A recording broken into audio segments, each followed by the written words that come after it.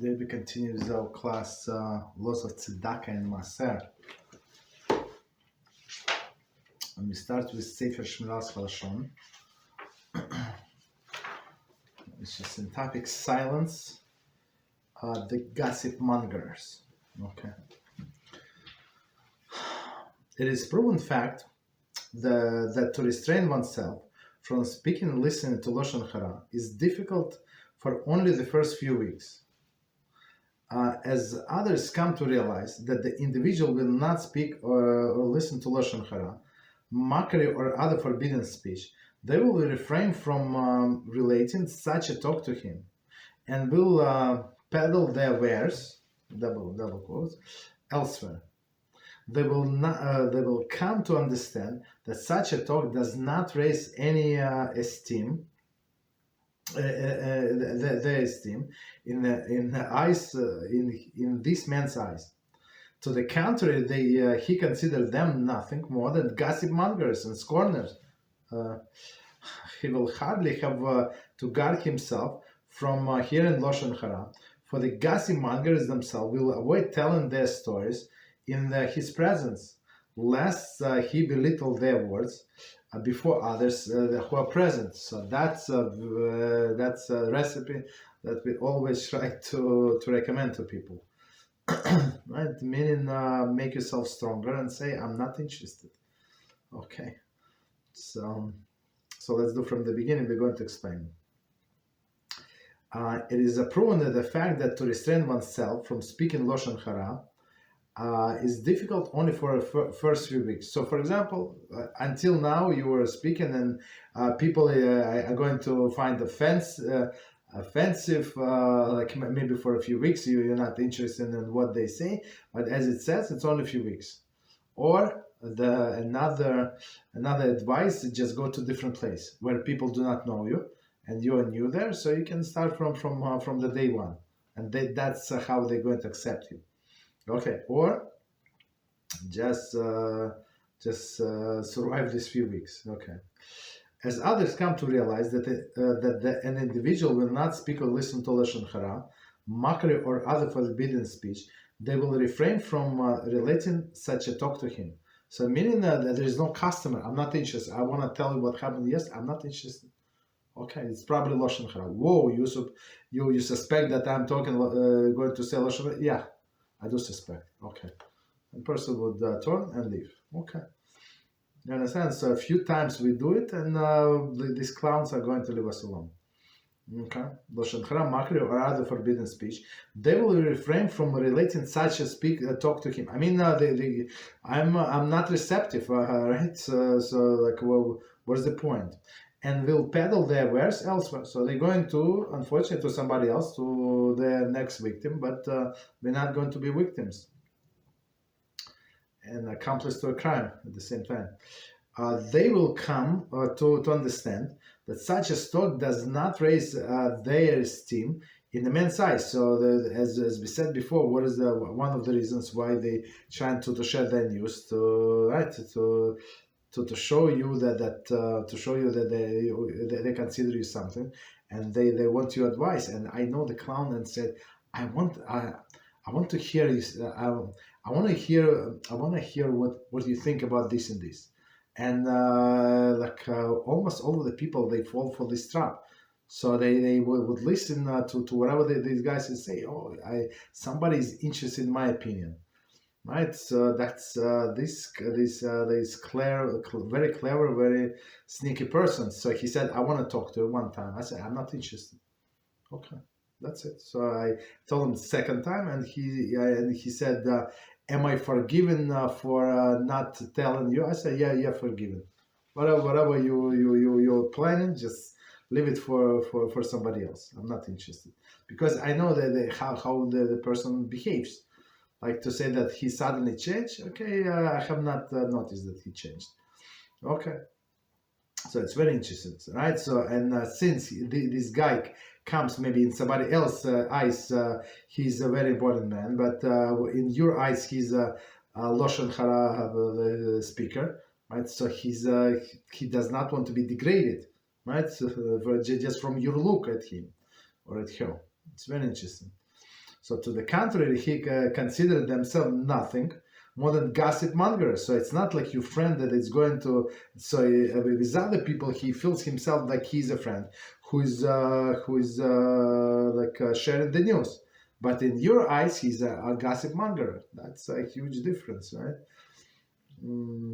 He will hardly have to guard himself from hearing Haloshon hara. So I mean, this person, for the gossip marketers themselves, will avoid telling him the story in the present. So I mean, it's just as Chafetz Chaim said, you have to survive a few weeks, and then they're not going to tell you, and even the story in your presence. Why?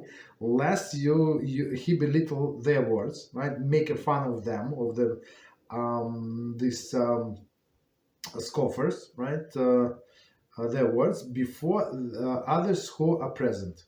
Okay, so meaning what? Just what I learned. I mean, how to deal with these scoffers and these funny people. So just use exactly their language, exactly their expressions that turn on them, and it's like they do not know what to do with themselves. Don't make up anything new. It's very interesting. Worked every time. Okay, so whatever they say on others, just turn this exact expression on them. So continue.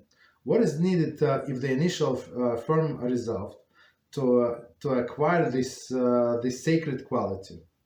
I'm sorry. What is needed is initial firm resolve to acquire this sacred quality. And again, we have to remember you have to survive only a few weeks. That's it. I mean, that's it. And after then, they're going to leave you alone because you're not a customer.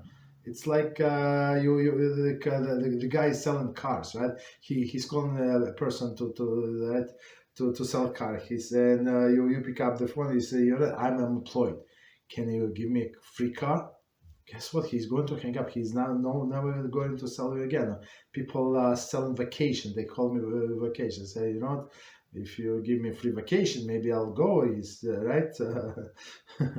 But so they start calling me. That's it. So I'm not a customer.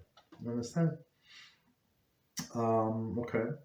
So but you have to survive like a few weeks. So I mean, first is initial resolve, acquire the sacred quality. Meaning, I'm not going to do it.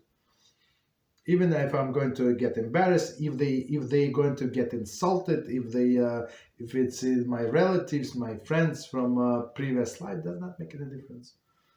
Right. Regarding such as spiritual striving, do the sages say, one who reflects upon his ways in this world merits to see salvation from the Holy One, blessed be He. We're going to see again, it's from Moed Katan 5a. One more time. So sages say, regarding such as spiritual striving, our sages say, so somebody who is resolved to change his life, right, forever and ever.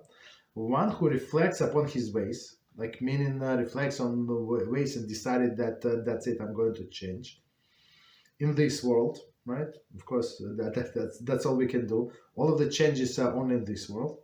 Merits to seek salvation from the Holy One, meaning that Hashem is going to help us. So it says in another place, it says, one who comes to purify himself a little is going to help from Shemaim is going to be purified a lot. Meaning, but the result is up to us. Nobody is going to decide for us what we need to do. Okay, stop here. Any questions on what we said? Rabbi? Yes, go ahead, please. There's a question on the board. It says, Shalom Kol Rav, when doing tshuva and avoiding Lashon Hara for a while, one tends to feel those who speak Lashon Hara lowly. Is it pride? Should one be concerned about it? So I would say do not hate the person, hate the sin, the action itself. So person can always change and do teshuvah. You understand? So if you're going to still continue hate him as a sinner, that's the problem, because it's a different person. So, but actions, yes, we have to hate the actions. And if something is disgusting, that's a normal. I mean, against the actions. So if somebody speaks Lashon Hara and say, ugh, right? That's good. That's good. That's how you train yourself. Like somebody, like sometimes you're walking on the street, or like I was what did it was? One guy was like asking me a question, and such a difficult question. He joined this class for a few times. Like and question, and then contradicts me and this and that, and yesterday I decided like and then I saw his whatever he likes us on I don't know, one of the platforms. I don't remember, right? So I decided to see who is this guy, like how old is he, like right? So and then I saw, of course, the guy without kippah, younger fellow, and then one of the videos, like short video. Of course, I did not know. I mean, I see it's him, and he's going to do something.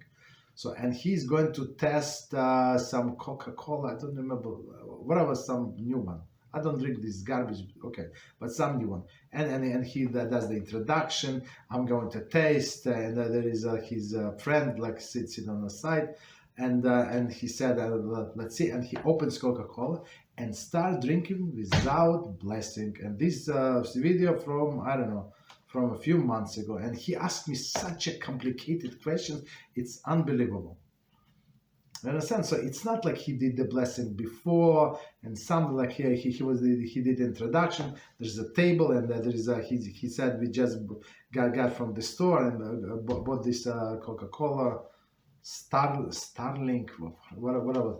Maybe it's not Coca-Cola, like whatever drink is it. You understand? So for me, like a natural reaction, like drink, like a Jew drinks without the blessing. So that's that's good. So when you have such a reaction on other things, on the sins of it's not like, again, it's not about him, but it like reaction on the action. I would say like this. You understand? Hopefully he's going to do tshuva, this guy. But I was surprised, like all people ask normal questions, like Petrain I don't remember what exactly, like some kashrus question, and tell the truth, I did not know. I had to research. I'm not obligated to know all of these overcomplicated questions, but it's very interesting, and unfortunately, very, very fortunate. Okay, so what else? Please tell me what else. Sorry. Rabbi? Yes, go ahead. Sorry. Is it okay to have the approach of Moshe Rabbeinu when we see people sinning and say, okay, this person may be doing something spiritual disgusting, but this person had Torah that I have, he would probably be better than me. That would be like a good approach sometimes? I don't think so. I mean, let's if like a straightforward approach that we want to help this person, period. So we want to help. Doesn't matter, he's better than me, not better than me. He's my brother, she's my sister. I want to help. That's it. Not because any other other reason that Hashem, my Father in heaven, and his Father in heaven would be happy if I'm going to help him, if he wants. At least I'm going to try. So that's a straightforward approach, because Hashem said so. Right? He said, you're my children, I want you to live in peace. That's it. You understand? Thank you very much, Rabbi. You're welcome. Any other questions before we continue? We'll continue. Okay. All right. So let's continue. So just to remind us, we're in the middle of chapter 5, and chapter 5 is Kiddumas. Kiddumas is the order of preference. Of course, we had the list. I'm going to repeat the list, but it was like 20. Okay, here we go. 21 points, all of the priorities from top to bottom. Of course, we said that we're going through the exceptions, but that's a straightforward list of priorities. Okay, so part number 5, setting aside now for later use. One would be permitted to set as Maaser funds to assist a relative who plans to marry and study Torah full-time. Even at the present time, there are indigents who are in need of the tzedakah. However, must be certain that the following three qualifications fulfilled before we continue. So, meaning the situation is that somebody is going to need. For example, he said his relative, right? Like, okay, example, relative who is going to need a tzedakah. Let's say my brother is planning to go to yeshiva, like leave his job, and that's what actually we were working on for a few people, younger fellows in their early 20s to go to study at yeshiva. So we found a beautiful yeshiva in Jerusalem. It's free, and somebody even told me this pure soul. He said, I want to tell you, so if they're going to behave nicely there, if they're going to come to the prayers and stuff like that, they're even going to reimburse them for a ticket. Very interesting, like a plane ticket.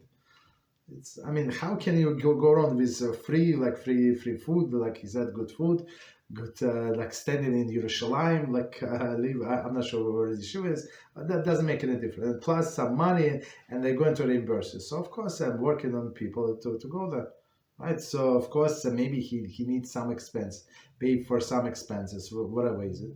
So let's say he's my brother, let's say, right? Set aside this money so he can learn Torah. Okay. So even though, as it says, there are other indigents, poor people who in need of tzedakah right now, and these guys, Beezrat HaShem, this class should be dedicated for him not to break with Tzedakah. So I told him not to tell anybody. One guy, I said keep it as much secret as possible, because relatives, of course, they're against. Right, one of this mother that we spoke about, that she basically enslaved her son. Right, she's divorced and she bought an apartment she cannot afford. Because why? Because the younger son is not married, so he should pay for the apartment. Why not? Very interesting. Okay.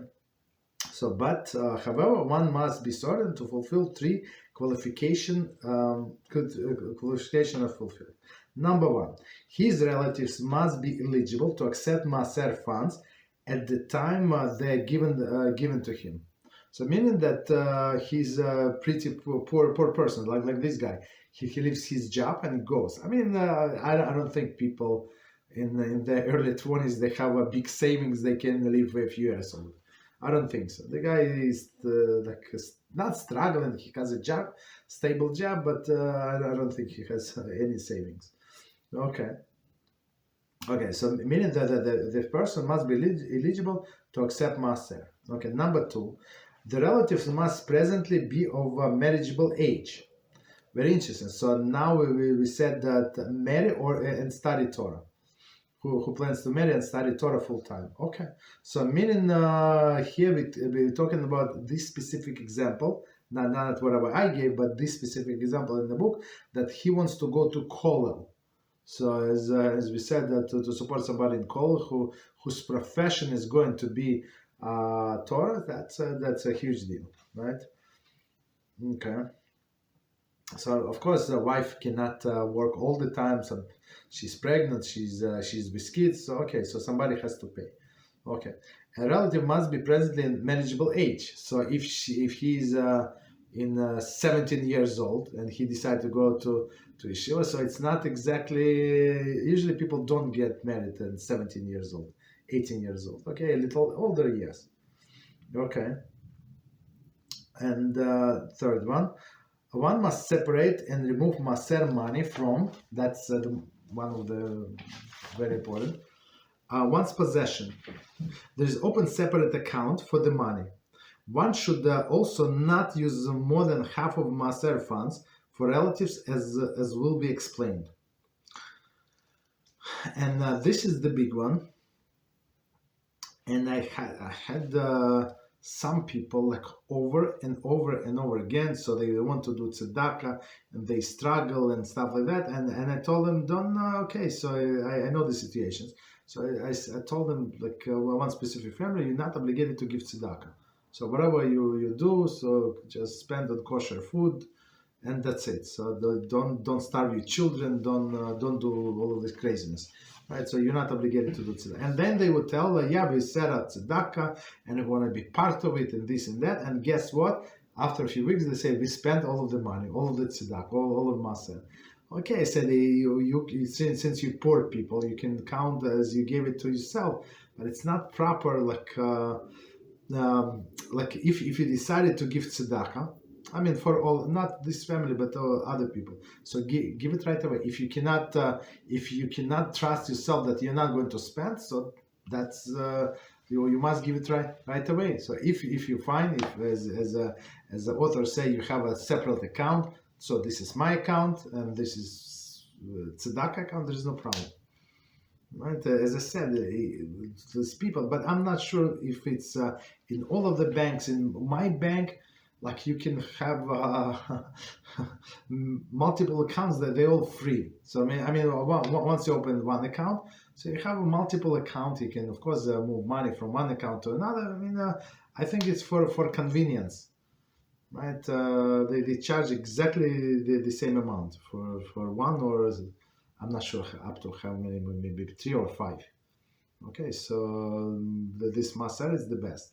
Me personally, I'm not worried that I'm going to spend maaser, but I prefer to spend it right away, to send my money right away.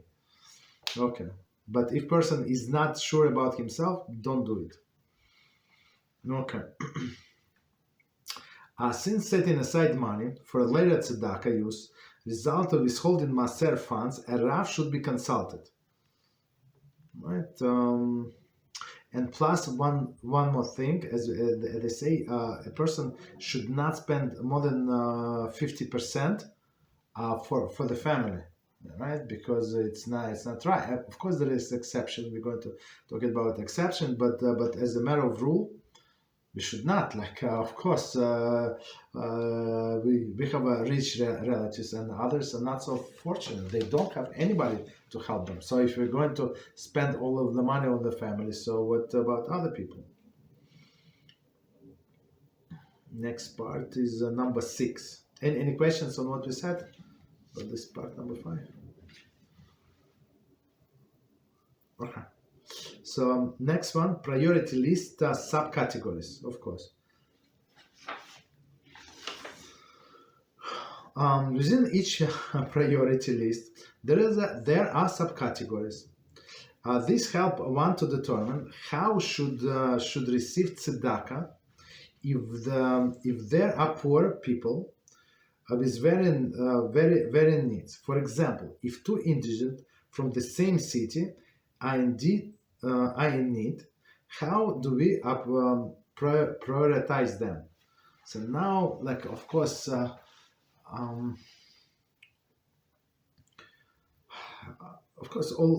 all of the people are different. All of the situation. I mean, even though this is poor person and another poor person, but the difference between them is huge. So we have to see, as he's saying, that two poor people, right? Okay, poor.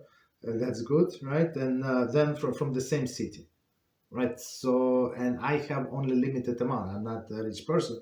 Like, who should I give? Okay. The following guidelines should be used. Number 1, if there is a question of pikuach nefesh, saving engendered life, one must give to that indigent, no matter how far down of the kidima list he may be. So okay, so number 1, if it's pikuach nefesh, so pikuach nefesh, maybe they're going to go thrown out on the street because they could not pay rent, or they lack on food, right, or something or there is a medical expenses, and the medical officer, until you start paying us, we're not going to see you, for example. Right, so they must start some payments, otherwise insurance is going to shut down, or something, whether they need money for medical insurance, whatever is it, or for medicine. Okay, so that one is a preference. Okay, number 2, when determining to whom to give first between the 2 similar indigents, one should follow the kidima list. as long as both of them is in equal needs. This means, for example, that both need money for food and both need money for the clothing. So, I mean, poor people in your town, both needs money for food or clothing. Okay. However, if one has a more pressing need, he should be given first, even though they're further down on the priority list. So, meaning,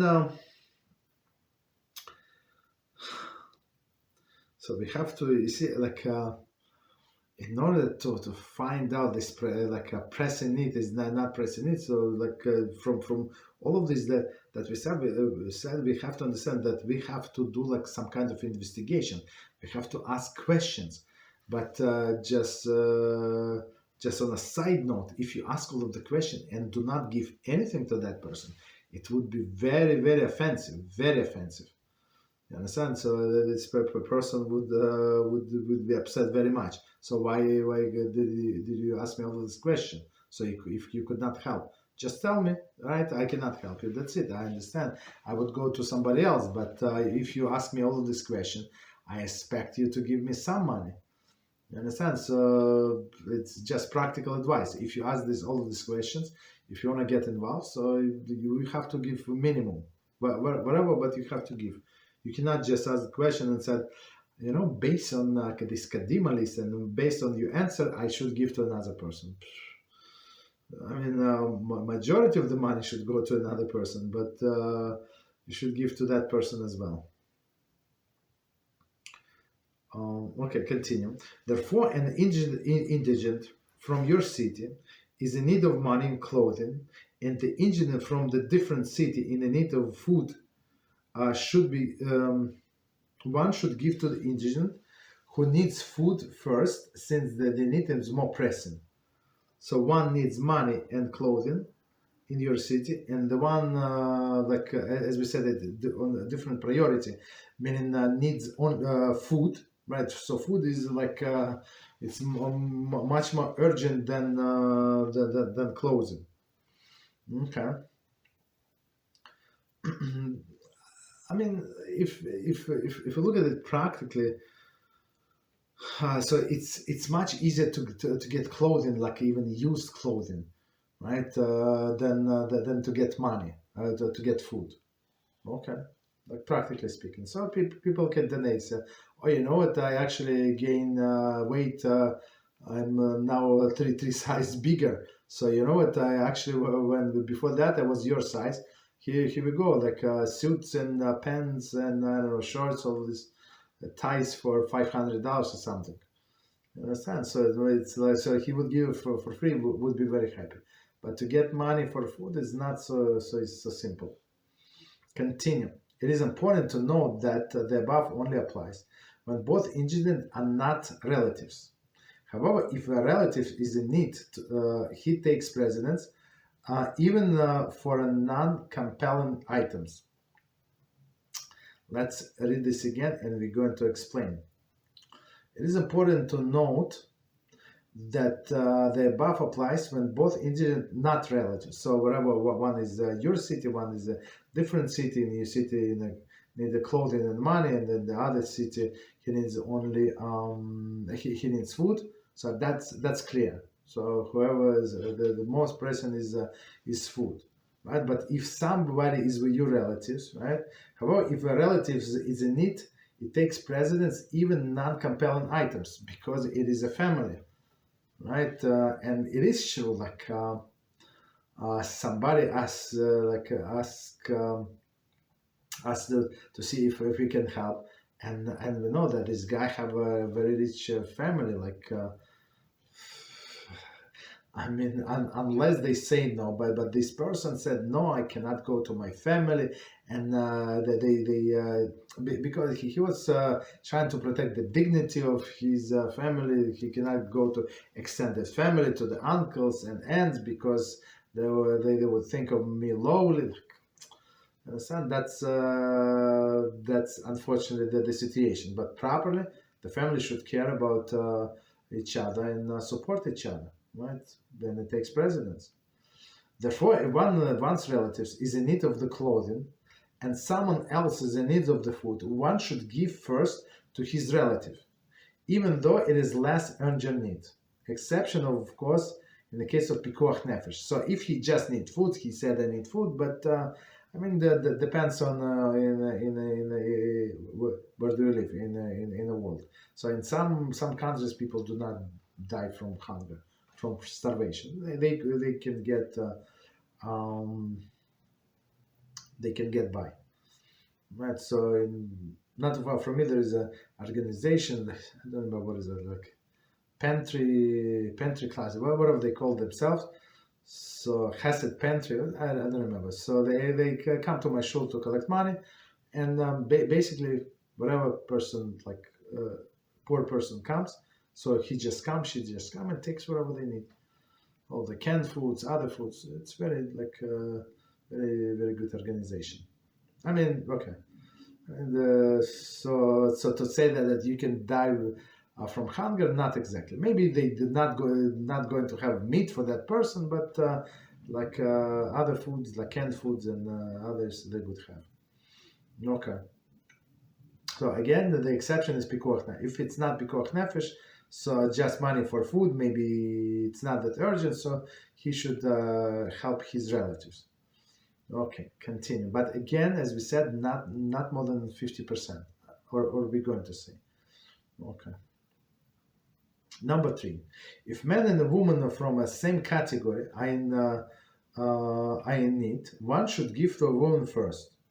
However, if man has a more pressing need, he should take precedence. Okay, so same category.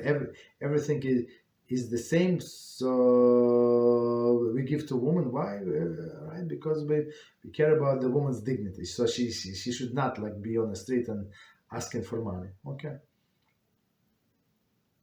Right, but we said if in man's situation, so she need, I don't know, whatever she needs money for rent, and he needs food. So we it's food is more urgent. Okay. Number 4, when one indigent is Talmid Chacham and the other indigent is not, one should first provide for the needs of one who is Talmid Chacham. So of course, we want to support Torah. So the other person can work, and maybe Talmid Chacham is also working. It's not like just because he's Talmid Chacham. Maybe he's not making enough. Maybe he was sick. Maybe this, maybe that. So he takes precedence over other people. Okay. Number 5. If everything is equal, then one should give to a Kohen before Levi and Levi before Israel. Okay, is it the last one? Let me see. Yeah, that's the last one. So, of course, we have a mitzvah that we must respect Kohanim, right? And in olden days, when we had the temple, of course, we give them truma, we give them the Leib would give them truma maaser, right? Truma maaser, right? And other gifts we give the firstborn. These a lot of gifts the Kohen is going to get. So today, when the temple is not standing, there is nothing that we can honor the Kohen with. So of course there is few things we call them first to the Torah, and some other we given right to say Birchas Hamazon, some other things. But here, when the Kohen is a special caste that Hashem said it's my people, and I'm going to support them, so they're not going to get a portion in Eretz Israel, but I'm going to be their portion. Right, the same with Levites, so meaning that Hashem is going to provide for Kohanim and for Levites. So of course there is no temple today, right? But meaning that Hashem still wants us to respect the Kohanim and Levites. So we have to give Kohen if it's everything as he said is the same. Kohen first, Levi second, and Israel is number 3. Okay. Any questions on what we said? Yes. Question on the board says, when asking questions about someone in need, how can we minimize the embarrassment and not hurt their feelings? that's okay. So we didn't get to it, but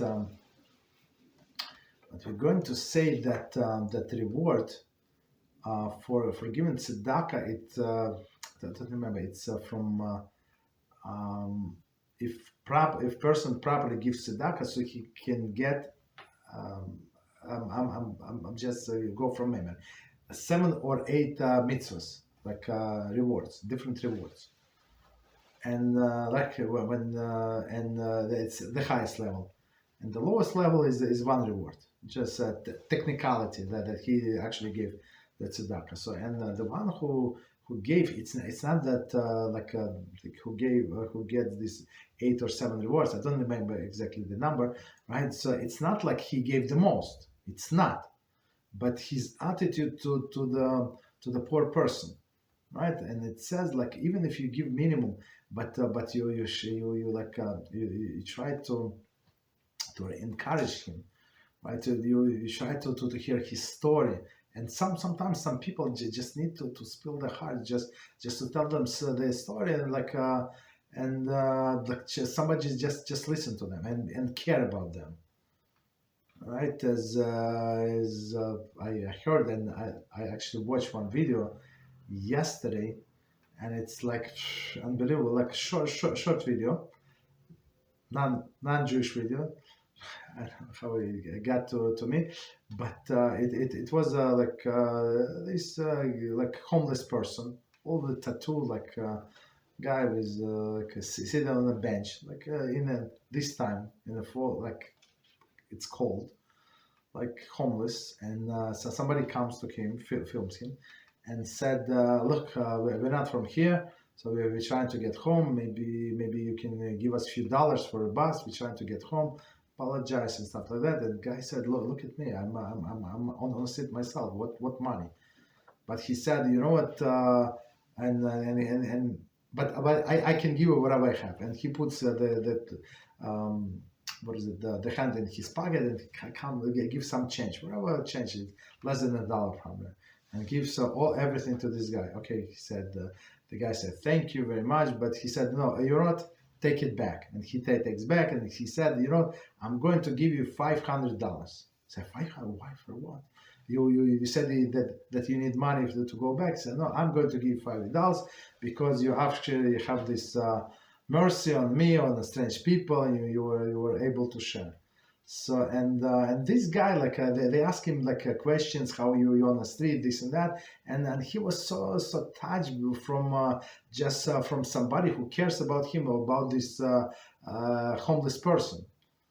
You understand? He started crying. I mean, that's what people do, right? I mean, they make a lot of videos. I saw how many like views on that video. Unbelievable. All of our videos together, we don't have so many views. No, we do have.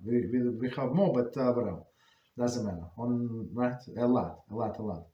So that's what some of these people, miserable people, need. Somebody to talk to them. So you just sympathize and ask them questions. They're going to tell the whole story. You understand? So it's not like you're trying to investigate, but just ask them questions. How come and how long you've been like that? Just try to talk to the person. And I would say just say, even if you don't give them money, but you just talk to them, it's the biggest chesed. You understand? And they say that the story about Rav Moshe's finds, he was very precise with time. And one time a poor person came to him and he said, and he's already in the car, he wanted to close the door. And poor person came to him and he said, "Rabbi, I want to talk to you. You give me tzedakah and I need this." And Rabbi Moshe finds, I give a few dollars, whatever he had. Long time ago, it was a lot of money, right? And the driver said, "Okay, Rabbi, we have to go. We're going to be late." He said, "No, wait. And this driver almost went crazy. So because the Rabbi Moshe finds and spent like 15 minutes from his precious time to listen to all of this person life aggravation and stuff like that. So, and when this person left, this driver said, "Rabbi, please explain what just happened. Like for you Talmidim, you just have yes or no answer for everybody. But with this guy, you spent 15 minutes for his nonsense to listen to his crazy." And he said, "Yeah, that's That's my tzedakah. That's the biggest tzedakah ever. You understand? Just to listen to this miserable person and just ask him questions. And they're going to tell you everything. That's the point. Okay. What else? Any other questions? Okay. So then we continue. If no questions. So we finished this section where we said that subcategories. Section number 7, Tzedakah priority list. Okay. It is important to note that there are additional factors which may overrule or interface with the entire priority list. They are listed here as written in Shulchan Aruch. Right? The order is follows. Okay. Number 1, any situation pikuach nefesh, as we explained. Number 2, support of the study of Torah. So even if it's not pikuach nefesh, somebody is in need, but there is a study of the Torah, takes precedence. Number 3, to pay the medical needs of the poor, right? Okay, because I mean, for poor person, if he's not going to get money, and we have these situations, like for them it's the end of the world. For other people, yeah, I can take loan, I can take a mortgage, second, whatever. They still have some plan. But these they say have plans, some hope. Maybe my brother is going to help, come around, this and that. But this guy, poor people, that's for them not to have even plan. It's like a death. Okay, continue. Number 4, the building and the maintenance of community shul. Right, that's very important. However, their monies are only designated to enhance the already existing shul or to build a shul. When one already exists, the priority would follow 5. Okay, so let's read this 4. The building or maintenance of the community shul. So if community does not have a shul, so that's a very high priority, number 4. Right, all of this after all of this. Of course, study Torah comes before that, but if there is no shul, you must do that. Or maintenance. So maintenance, if it's the roof is leaking. Okay, roof is leaking. And next one. However, when there is money only designated to enhance the already existing shul, this shul is there, but they were trying to take care of this, new tiles, new wallpaper. I mean, the wallpaper, okay, maybe it's not the best, but we can survive with this one, right? So enhance the existing shul, or to build a shul where there's already one exists, and that's usually the issue. They build too many shuls because everybody wants to be rabbi, and every that's what I know. Few people that say, no, I want to be gabbai. I say, you cannot read Hebrew. Like, why wouldn't you be gabbai? Like, you don't know the laws. You're not Shomer Shabbos. Why do you want to be gabbai? No, I want to be gabbai. All of these people, they want to be gabbais. Okay, so in order to be a gabbai, and I hear from first hand from these people, and I was like shocked, and I continue to ask questions.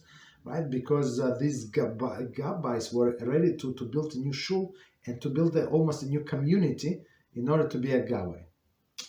So it has nothing to do with expanding the Torah and bringing glory of Hashem to this world. No, he wants to be a gabbai. Number 5. So for this, of course, we don't do. So this is not any priority. Number 5. All other needs for the poor of the poor. Facilitating the marriage, it's all in one. All other needs of the poor, facilitating the marriage of the orphan girls, takes precedence here. Okay, so right for a girl. For a boy, I mean, he can go and beg, but for a girl, that's a precedence. Continue. In situation when these factors may apply, a Rav should be consulted. Okay. Any questions before we continue? Okay, no problem. So number 8. Kidimas priorities regarding mitzvah performance.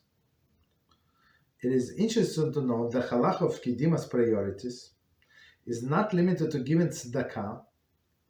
For example, one who has opportunity to honor someone with performance of the mitzvah should give that honor to his relatives prior to someone else. There is the honor of being tzaddik at the bris. Okay, so let's do this piece from the beginning, and we're going to explain. Again, topic. Priorities regarding mitzvah performance. So many times for a mitzvah you have to pay money. Like if there are many people wants the honor, right? So one more time, it is interesting to note that halacha of Kidimas priority is not limited to giving tzedakah, right? Meaning maybe here even without money. For example, one has opportunity to honor someone with performance of the mitzvah should give the honor to the relatives prior to someone else, right? The honor of being tzaddik at the bris. So meaning the tzaddik, the guy who sits and holds the baby. It's very interesting. So he's the only guy that is sitting. So that's the honor. Like in the Beis Hamikdash, only king from Yehudah would sit. All others, including Kohen Gadol, everybody would stand. Very interesting. Everybody would stand. Only this king. So the respect to this person. So the one who is sitting, you should give it to relatives, of course. And we have this like people struggling, the young couples that they want to give to a father. Right, I mean, the father insists like he's the biggest tzaddik, and he's not Shomer Shabbos. That's the problem. You understand? So and they say no, the family pressure, this pressure, that pressure. Of course, there is always a solution to the problem. So if you invite some big rabbi, somebody very respectful, so this father should give in, right? That would be proper. But if you take somebody from a call because he's a big tzaddik and he's holy man, it's not going to work very well with this father. You understand? But it's very improper to give this honor of this tzaddik to somebody who is not Shomer Shabbos or Mitzvah. Right? Why? Because it says that it's a spiritual moment when the baby is being circumcised. So he gets these character traits of that person. So he can inherit character traits of this person. And of course, you don't want him inherit the character traits of this even relatives, but he's not Shomer Shabbos and not Shomer Mitzvahs. Okay. Continue. Other halachas of Kidimas. We will now discuss other issues involving priorities to whom one must first give his tzedakah. Just checking today. Okay, continue. Part number 9. Amount in each category. As we said before, of course you can split. You're not obligated to give only to one person, right? You're not obligated to resolve everybody's issues, right? So you can give to multiple people in multiple categories, right? So so it says how much is to be given within each category. In other words, if one has limited amount of tzedakah funds and has a poor relatives who require the entire amount, that's very interesting, right? Is he mandated to give all to them, thereby neglecting other poor people, or should he withhold some funds to distribute to other indigent as well? And we're going to see the exceptions. An exception is if it's one-time exception or a temporary exception, right? When somebody needs not according to this list, but needs all of your tzedakah. So on a one-time basis, right? So you can do exceptions. So now your relatives, your brother, he's on call and he needs all of the money. So if you give him, let's say you have I don't know, $600 to give, and he needs this $600. So that's what he's lacking to pay his rent. So if he going to give him $450 because you want to give to other people, it's not going to work for him very well, right? It's a good question, right? And of course you want to give to other poor people. Okay, what should you do? Continue. Generally, the poskim agree that even though one should give the priority to one relative, he should not is highlighted, give them more than one half of tzedakah funds. Since people may have a family members who are in need of tzedakah and would naturally give them priority, as a result, indigent who do not have family members will not have will not have one to help them. Meaning, of course, you if you give to random people, and sometimes, as we said before, the highest level of tzedakah when you give, and you don't know whom you give, right? So it's not there's no respect. But here, when you support the whole family or part of the family, for members of your family, of course you get the respect, and it's a different story, right? And even though it says you should not give more than half, because how about other families who all of them are poor? Okay. Another reason is that it will appear as though he has no interest in helping society. That's if he gives all his tzedakah to relatives.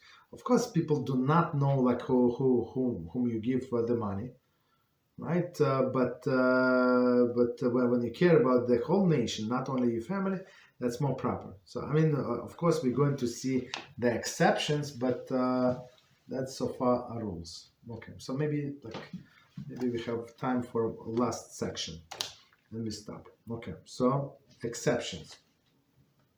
There are, however, numbers of exceptions to the above. A, one's parents. One's parents are in need, and one is not able to assist them unless uses Maaser money. Not only it is permitted, but he's obligated to give his parents all his tzedakah within the guidelines explained previously in this chapter, right? So parents in need, as we said before, you're not allowed to spend your money to spend your Maaser money on mitzvahs. Not allowed, right? To respect parents, there is a separate mitzvah. Of course, as we explained before, you're not obligated to do it with money, but if that's what parents want, that's what parents need, of course, then that's is going to include the money, right? So now, if the only way you can help them, because you're not rich yourself, you have to pay for children education, so you have a lot of expenses to use your Maaser, so it's proper, and it says he must give everything obligated to give everything to parents, right? Because I mean, who else that they should go to?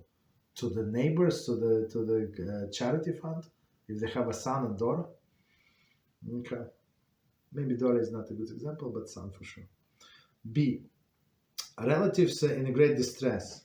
If one has a relative in a terrible need, one would be permitted to use all of his Maaser funds to help him. Somebody is about to be thrown on the street. The guy is lost his job. His wife is sick, right? The guy, meaning your brother, second cousin, third cousin, right? So we must help them. Great distress. Okay. So because again, it does not look good on us. So maybe we're good to others, right? But our family struggle. And C, not on a consistent basis, right? The only time that one may not give all of the Maaser money to the relatives if it does it on a regular basis. Okay. However, if one feels the need to give his relatives all his Maaser funds for a specific limited time, that would be permitted. So that's as we said before, there is no problem whatsoever. So my niece is getting married. Okay, they don't have money, so it's like she's getting married once, and I am planning to give all Maaser money to her, right? I mean, to support her wedding or some other things. Somebody needs to, I don't know, to pay the medical bills. Okay, so that's and let's say outstanding bill for 6 months. Of course, limited time. That's a different story, but not on a constant basis. So we can stop here. 1 second. Okay. It's very involved chapter, but very, very interesting. Very like details, very practical. Okay. Any questions on what we said?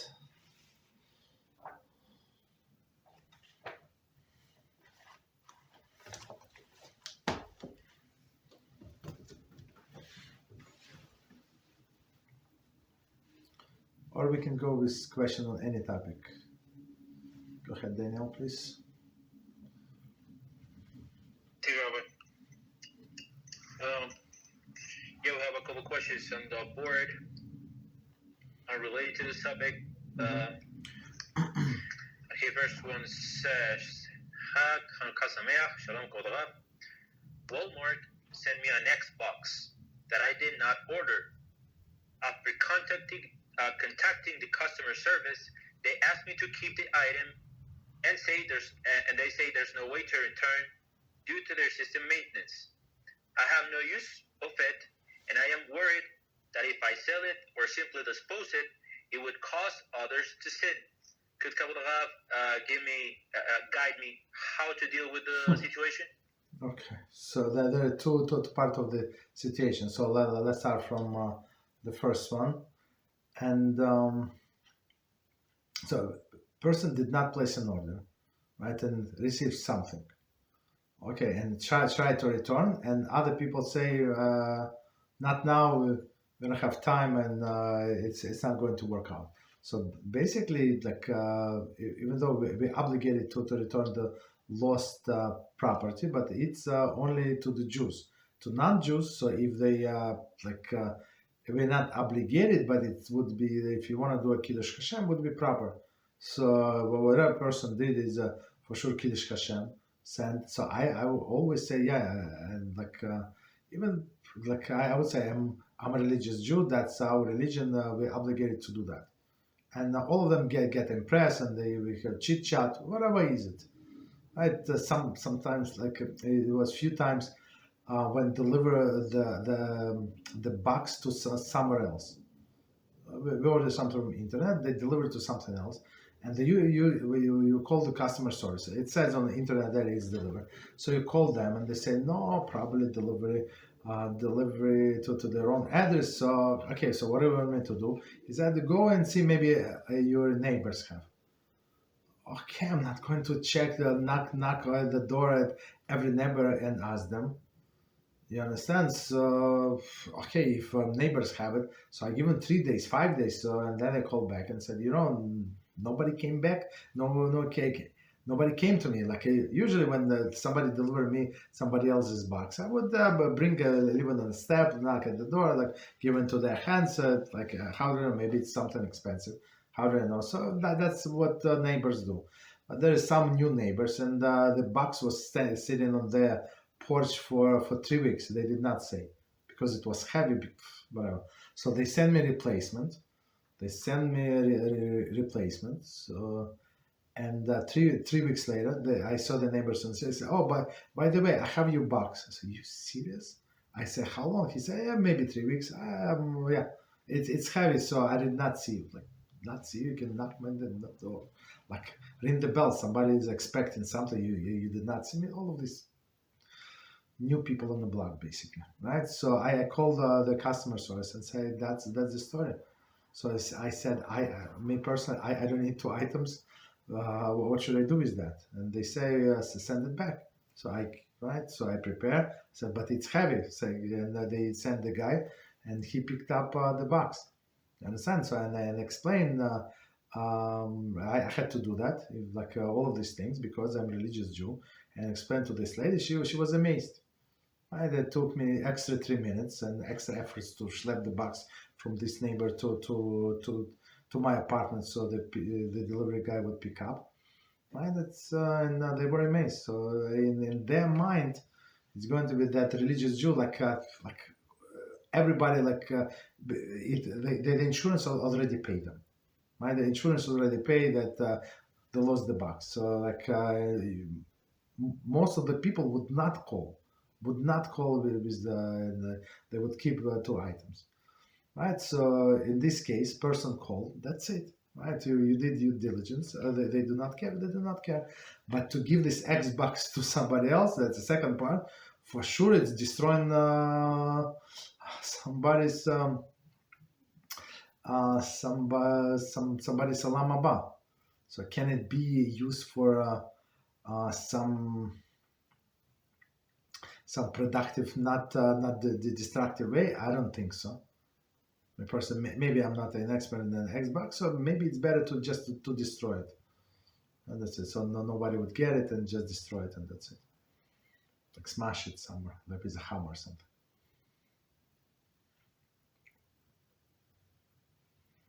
It's same as like many ladies ask what to do with their clothing since they started becoming modest. Like sell it or give it to society. We say absolutely not. Destroy it, cut it with scissors. Like absolutely no. No, absolutely not. So just because people when they try to do teshuva, like in their mind, yes, I'm doing the teshuva, right? I'm doing something extra. I want to be extra good with Hashem, but the obligation on everybody else, not only on me, not only on her, but it's on everybody else. So we cannot put a stumbling block in front of the blind. So if this lady would put on India for sale, I don't know, or give somebody like 80% discount something. So and the other girl, maybe she would never buy this clothing, but because it's so cheap, she would get it and would wear it. Absolutely not. We just destroy. Okay. Unless there is some kosher way to use the Xbox. I don't know. I'm not aware of, but maybe. Okay. But better, if you don't know, better to destroy, not to put ourselves in a questionable situation. Go ahead. Thank you very much, Rabbi. You're welcome. Next question on the board. Shalom, Rabbi. In this past parasha, Vayeshev, how could Tamar have thought that someone like Yehudah, considering his stature, would even possibly consider sleeping with a harlot? It's like someone paying a harlot in today's times, thinking they can seduce a giant Torah scholar. Haz Shalom. Okay, so that's an amazing question. So Tamar has this prophecy. So this prophecy that somebody big, like a king of Israel, should come from her and from Yehudah, from that family, basically. You understand? So in her mind, it was a holy cause. And actually, in another class, I had exactly this piece just to summarize what we said there. That's our approach. Our approach. The chance that holy Yehudah come to the prostitute was close to zero. You understand? Close to zero. But it's general approach when you have some holy intention in your mind, and she has she's the holiest and purest woman, this Tamar, right? That's how we see her. You understand? So, and she had this purest intention to bring Mashiach to the world, to bring the dynasty of the Jewish kings, right? It came from her descendants, right? From her children. Then you just do whatever you can, and Hashem is going to do the rest, right? And the Medrash that said that Yehudah, he was watching his eyes. He was saw somebody with a corner of his eyes. He crossed the street. He was trying to go different direction. But what? Hashem said angels, they force him to do what needs to be done. He did not want to. Of course, of course. So I don't remember exactly the what was the answer. Of course, our sages right away ask, right? Of course, how about the free choice? So it looks like if he was forced, right, that he had not a free choice, right? Very interesting question. So they say, yes, so sometimes Hashem has to withdraw this free choice for a betterment of the world. Understand? Same as the free choice of the kings is withdrawn from them, right? Rulers for the betterment of the world. So same is here. It was one time, it's done, and it's one idea. And second day, again, it's a lesson for us forever and ever. Don't try to resolve all of the issues. Some people are trying to calculate everything in their life like 7 steps ahead. So Hashem said, do as Tamar did. She had this holy mission. You just start the mission. And remember that outcome is not up to you. Not up to you. If Hashem decides that it's a holy endeavor and it should be blessed, it would be blessed. If not, doesn't matter how much you try. Understand? That's what her intention. Right? So little Tamar, little us. No, not little. She was a giant. Right? In little us, we have to do what we must do. And remember that Hashem is in charge of the outcome. That's the answer.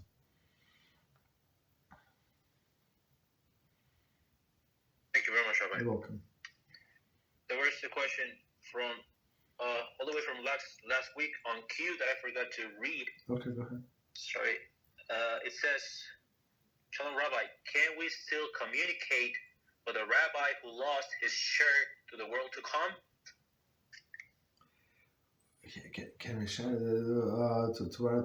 I mean, it depends what a connection. So it's actually this famous story from Gemara when Rabbi Meir was communicated with Acher, his rabbi, who actually did lose the share in the world to come. And it was like a bus call. It was announced from heaven that he did lose, like everybody. So it says everybody is welcome to do Teshuvah again beside this Acher, right?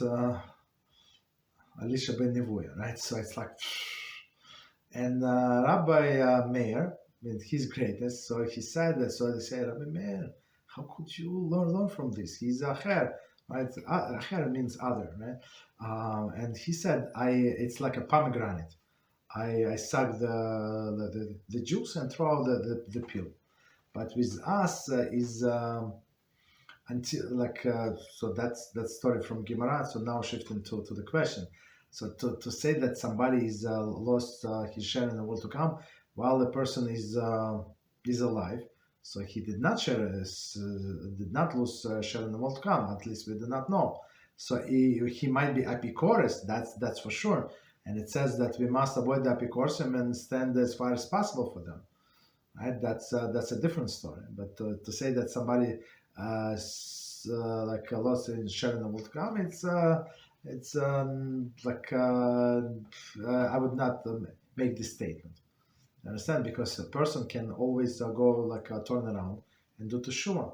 But for us, if we're not strong in our belief, like Rabbi Meir, he know what is right and what is wrong. So it's very, very dangerous.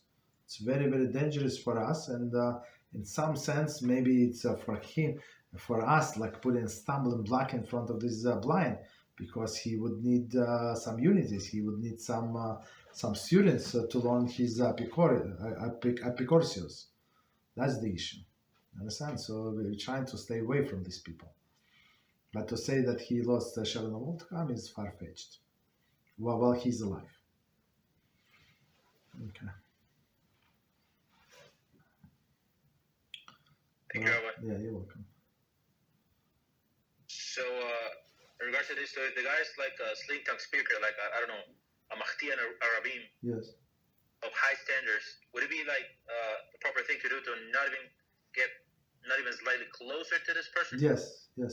So as you say, you said yourself, this good speaker, and it sounds good. And the people send me one guy, very very like famous in Israel, right? And he calls himself rabbi, and he's big on TV, right, on TV. So, and on TV they introduce him, or he introduces himself. I saw the few interviews. So I'm Orthodox. I'm Orthodox Rabbi Hasid. So of course he's a professor plus on top. So I was shocked the people on TV I don't there are clips. I saw the clips. So they introduced him Orthodox Rabbi Hasid. Why would you I never heard anybody was introduced like that. So you understand. So of course I listened to him for 5-7 minutes. So he's not Orthodox. He's not Hasid. You understand? He's a professor of law, or he's from the States, from whatever, right? That's what he is. But he has nothing to do with Judaism. I mean, he's a good historian. He writes books, but whatever he says about Torah is totally opposite. So, but he very good speaker, and sometimes he gets emotional, very emotional, and I saw on many networks they actually highlighted him on many different websites. Whatever he said about Ukraine, right? Ukraine fighting with Russia, and he said, "So I'm from Ukraine, and they promote this Nazi, that Nazi, they put statues of them, named streets," and he got so emotional in Ukrainian TV. It's all Jewish networks had subtitles how he said that. It's unbelievable, such a big hero. So for me it's not hero. Whatever he said, it's only damaging to the Jewish people to say like that, right? That one country is better than the other. You understand? But people who do not know, they were so impressed, and I saw this just now. Of course I don't read this garbage, but only a number of the commentaries, all the likes from all of the I don't know who put this but the guy is apikoris gamor. Whatever he said yes. Now the situation in Israel. So they say, is it is it like the war Gog and Magog? So it was a few weeks ago about this situation in Israel. He said no. It's the war about Gog and Magog, and says it's Yecheskel chapter this and this, and he started explaining, and he said for that war, Gog and Magog, all the countries around us are going to attack us, so we need a new technology. So atomic bomb is not going to be enough. We need a better technology. So and he's I don't know how many people watch this TV, but it's you see this nothing about Teshuvah, nothing about that Kodesh Baruch Hu. I'm rabbi, I'm professor, and I'm Hasid. You understand? That's how I'm rabbi, Hasid, and then professor, or sometimes professor first. You understand? So and zero about doing Teshuvah, because he's from that sect of Hasidus. You understand? He's not Hasid, but basically people. What I'm trying to say, people who do not understand what Judaism is about, they will vote for this guy. And we had on our channels said he's the best rabbi. I mean, I don't ask you who is the best rabbi, but they volunteered to come to our channel and say that they listen to this guy. You understand how popular he is? And he's a complete epicurus, and it's only one thing that he said, this clown. You understand? So a person who is not knowledgeable, like a Rabbi Meir, that can suck this juice of the pomegranate juice, and they not explain, they would the whole pomegranate, right? And had stomach ache. You understand? So we try to stay from these people as far as possible. That's the bottom line. What else? Thank you very much, Rabbi. You're welcome. Next question on the board. Shalom Aleichem, Rabbi. Thank you very much for the Shiur. Question. I heard in a Shiur that there is an obligation to learn the Torah 101 times. Could you explain which part of the Torah this obligation encompasses? It's a good question. So it says 100 times. So even 100, and it's a famous story of the two sages, and one said to another, you remember this? So they were friends from the Cheder, from preschool. He said, remember we learned this topic in the preschool? He said, yeah, of course I remember. How could I forget? So he said, today was my 101st first time that I learned the topic. And you want to tell you? You want to hear what I'm going to tell you? It's not nothing in comparison to 100th time. So meaning every time. So like of course it's like I don't know. I don't think it's parable, but the idea is like Torah doesn't person like forgets. It's normal. So in order not to forget, you repeat many times. So the more time you repeat the same material, the more likely that you're going to remember and understand. So and every time you go through the same material over and over again, you get new Kiddushim, right, for yourself, and you remember. Otherwise, people forget. I know myself. I'm this year. I'm doing parsha on a specific chumash, and I did the chumash 3 times maybe. I mean, this maybe two or it's my 3rd time or 2nd. I don't remember. Whatever time. Let's say 3rd time. So and guess what? I find things that I missed in the previous years. For sure, that 100% new, like I never heard them before. But I know that I don't skip commentaries. I read everything on inside, outside. Like I read everything. You understand? And I missed it. How is it possible? Okay, it's possible. So meaning whatever is important to us, we have to read 101 time. Okay. Even if it's not literally, but at least many times. Okay. Very good question. What else? Thank you very much, Rabbi. You're welcome. Next question, Shalom Kol Rav. When we are not feeling well and our families ask about our situation, are we allowed to lie to prevent them from worries? That's an amazing question. So lie when I'm allowed.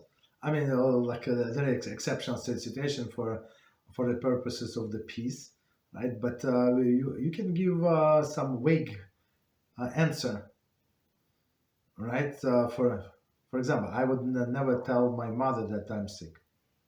Never ever, right? So I said, no, I'm just tired. I need to, like I've been working very much, so I'm just tired. That's it. You understand? So that's all. So I'm tired, like overworked. People understand these things, right? Or I have a little sore throat. That's it. So even though you have a fever, like you should, unless you need to be driven to the hospital, so you can go by the minimize, not completely lie, but minimize things. And it is true when person is sick, so you're tired, you want to lay down, like you're very weak, you don't have energy. So like of course they're not doctors, they're not going to help you, and especially somebody close in our family, they're only going to worry for no reason. You understand? So we have to. It's actually a chesed what we can do to calm our families so they would not worry. Okay. What else? Thank you, Rabbi. You're welcome. And just remember, for our parents, we're always kids. Doesn't matter. You're 50 years old, you're 40, you're 20, you're 19. Doesn't matter. We're just little kids. Even though you have your family, you have this, you have that, you have job, you maybe manager in your job, maybe a few people respect you, but for your mother, for your father, you're just a little kid. Doesn't matter how old you are. Doesn't matter how mature you are, and that you made many right decisions in your life. So you're just a little kid, and this little kid is sick. My little baby is sick, so that's I'm going to worry. So we have to calm them down. Okay, go ahead. Sorry. Thank you, Rabbi. You're welcome. Next question says, Shalom Kol Rav. Chanukah Sameach. Could Rabbi please explain how to recognize a narcissistic person? Thank you, Rabbi. I mean, it's hard to miss it. so the whole conversation is about herself, and we had this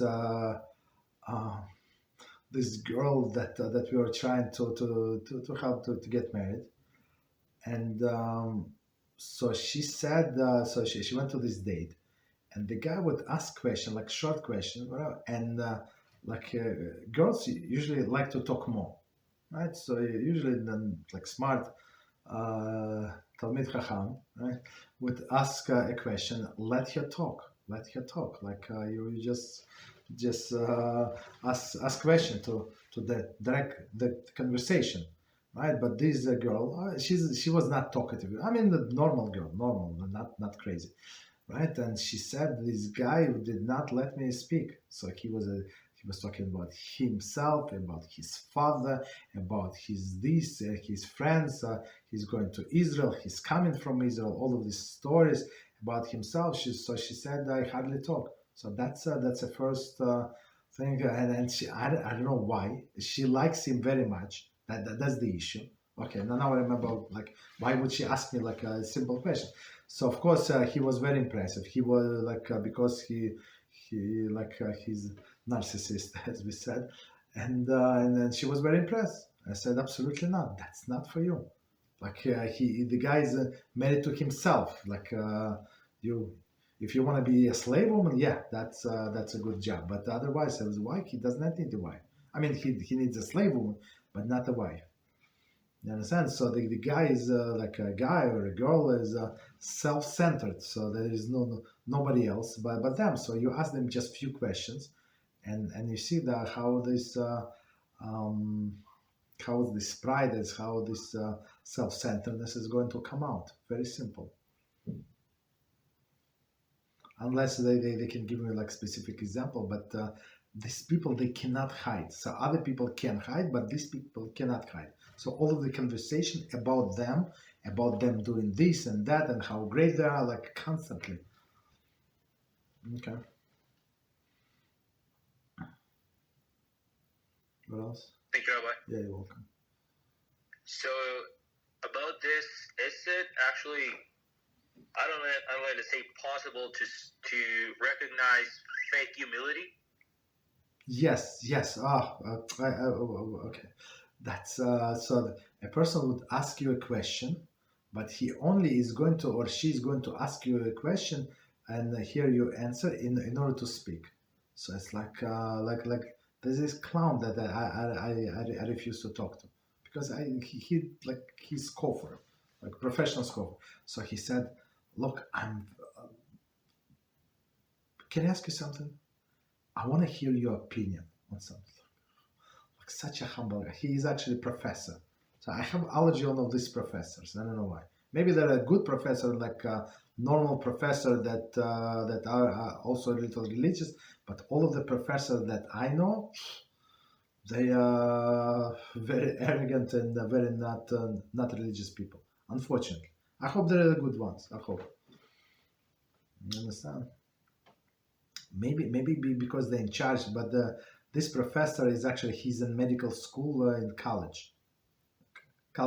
medical college in New York for many years, right? He's in the head of in the board of yeshiva. So basically, it's in the guy's mind that he's actually in charge of other people's destinies.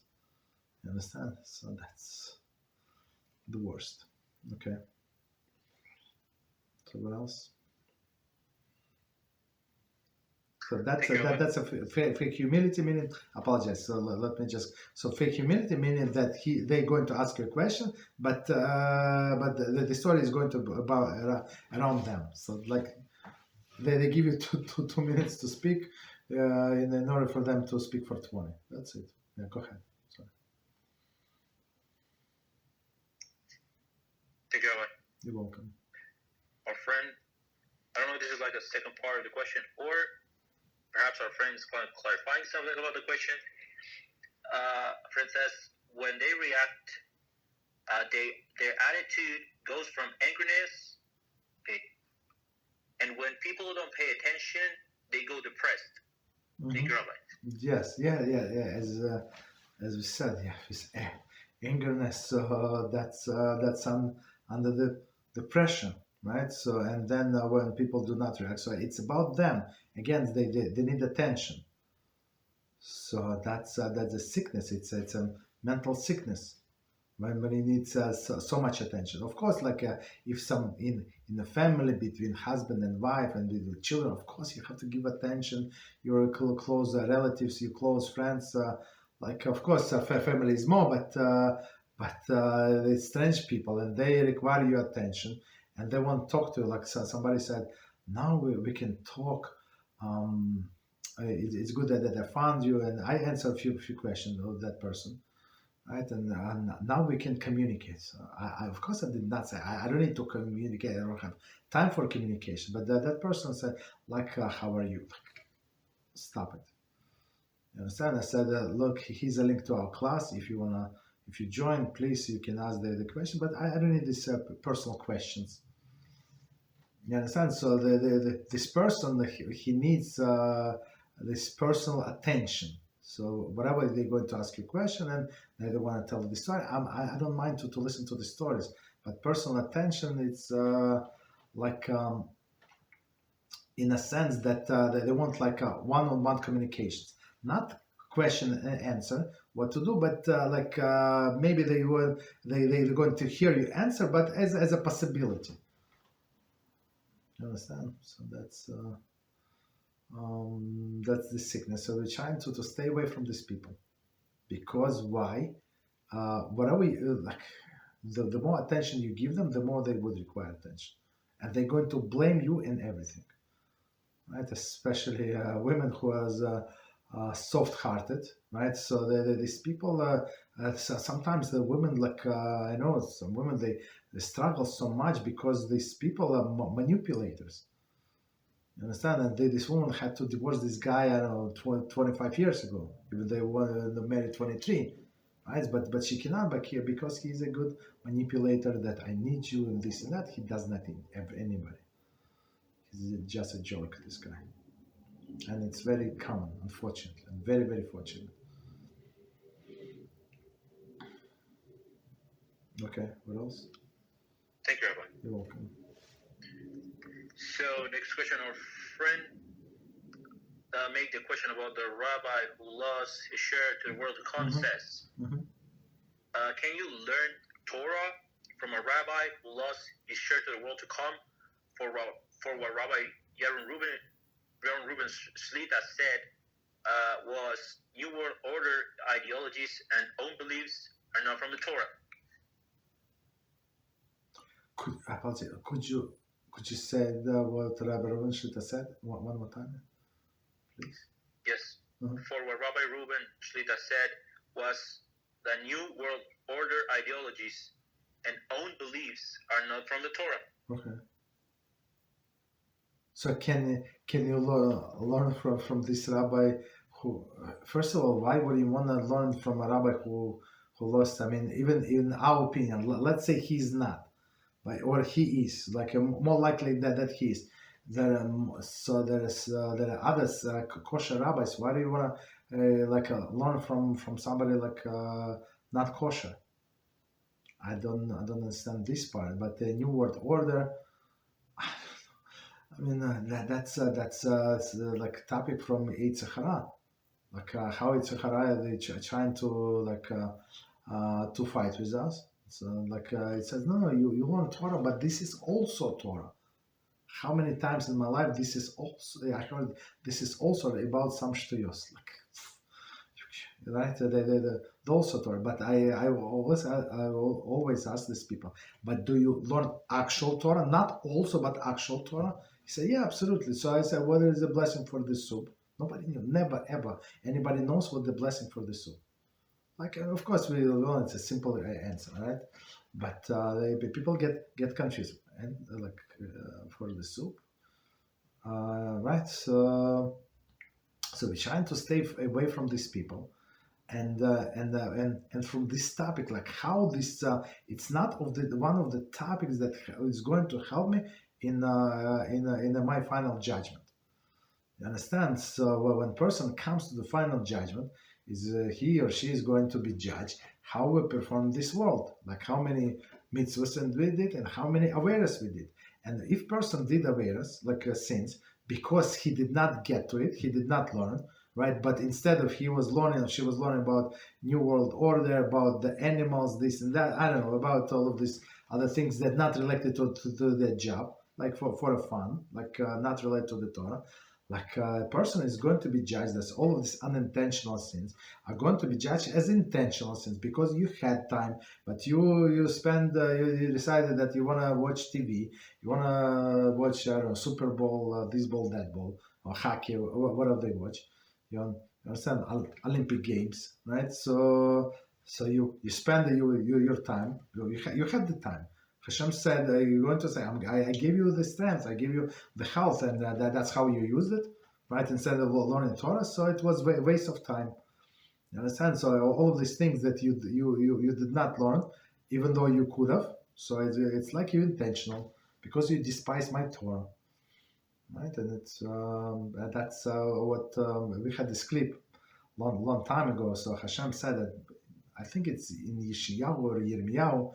So we had this verse there. So Hashem said, because they despise my Torah. And the commentator said, Hashem, we despise your Torah? Like we said, they discussed, and when was it? So when exactly we despise our Torah? And the prophet says, right, when you not learning the Torah, when you're busy like a Greek in something else, it means that you despise the Torah. If the Torah would be sweeter in your eyes, like you would not change it to anything. You would be learning from morning to night. But since you find something different, so it's like you despise it.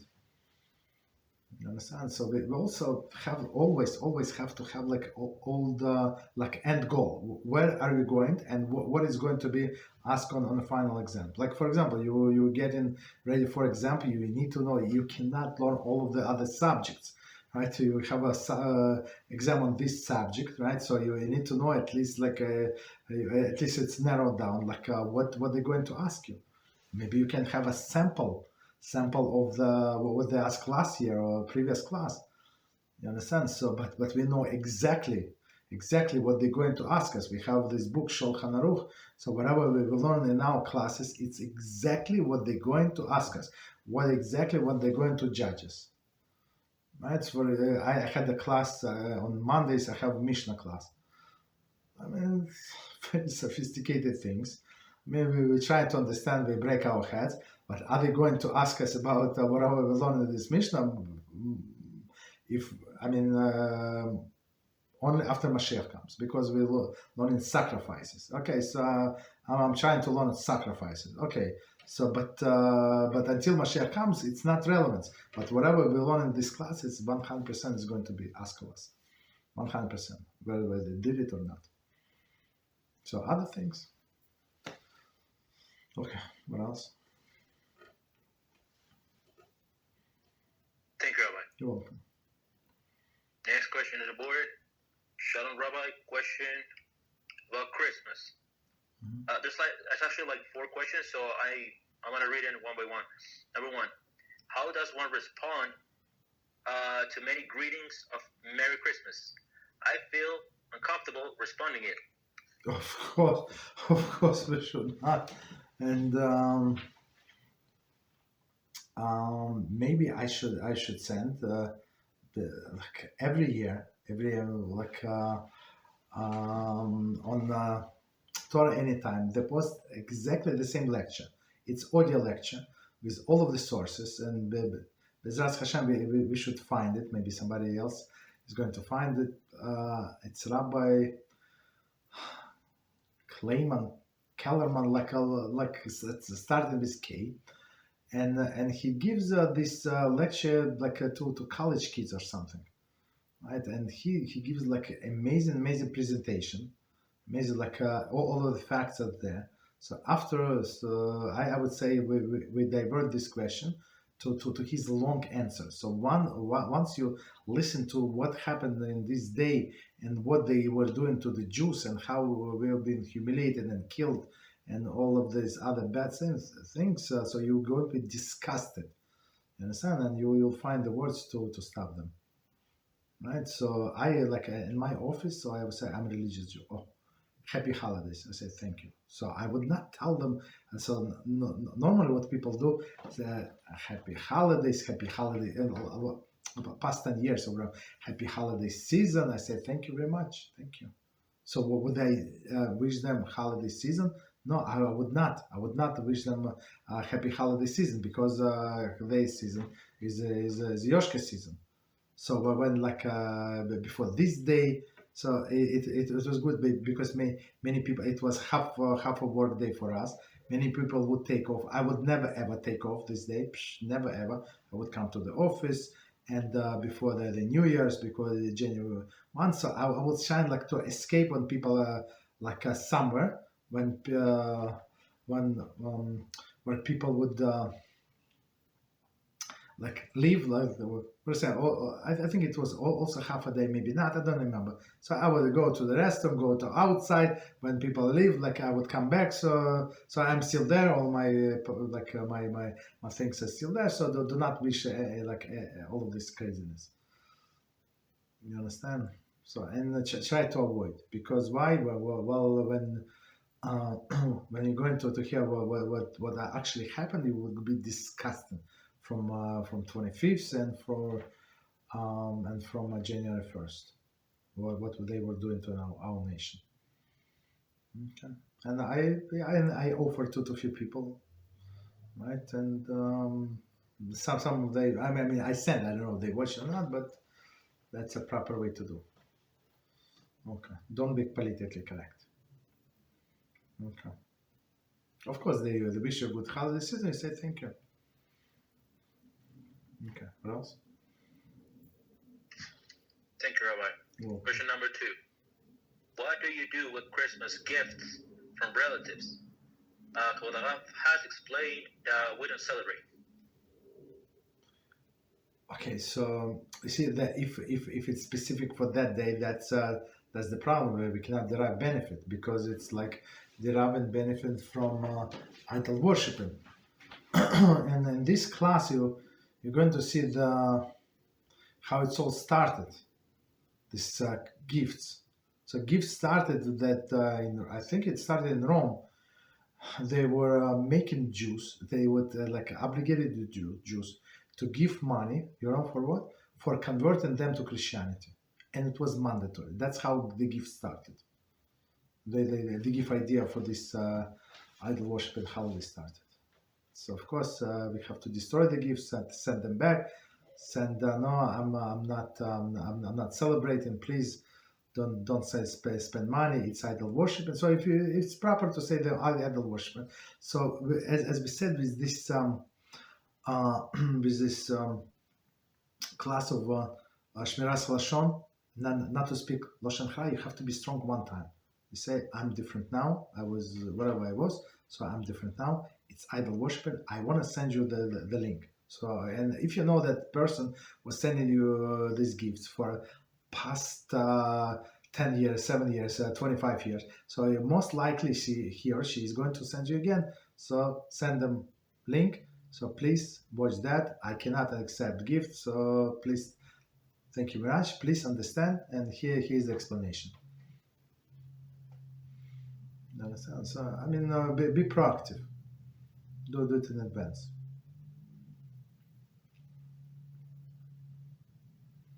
Thank you, Rabbi. You're welcome. So before I continue on with the next question, are birthday gifts problematic in some way? No.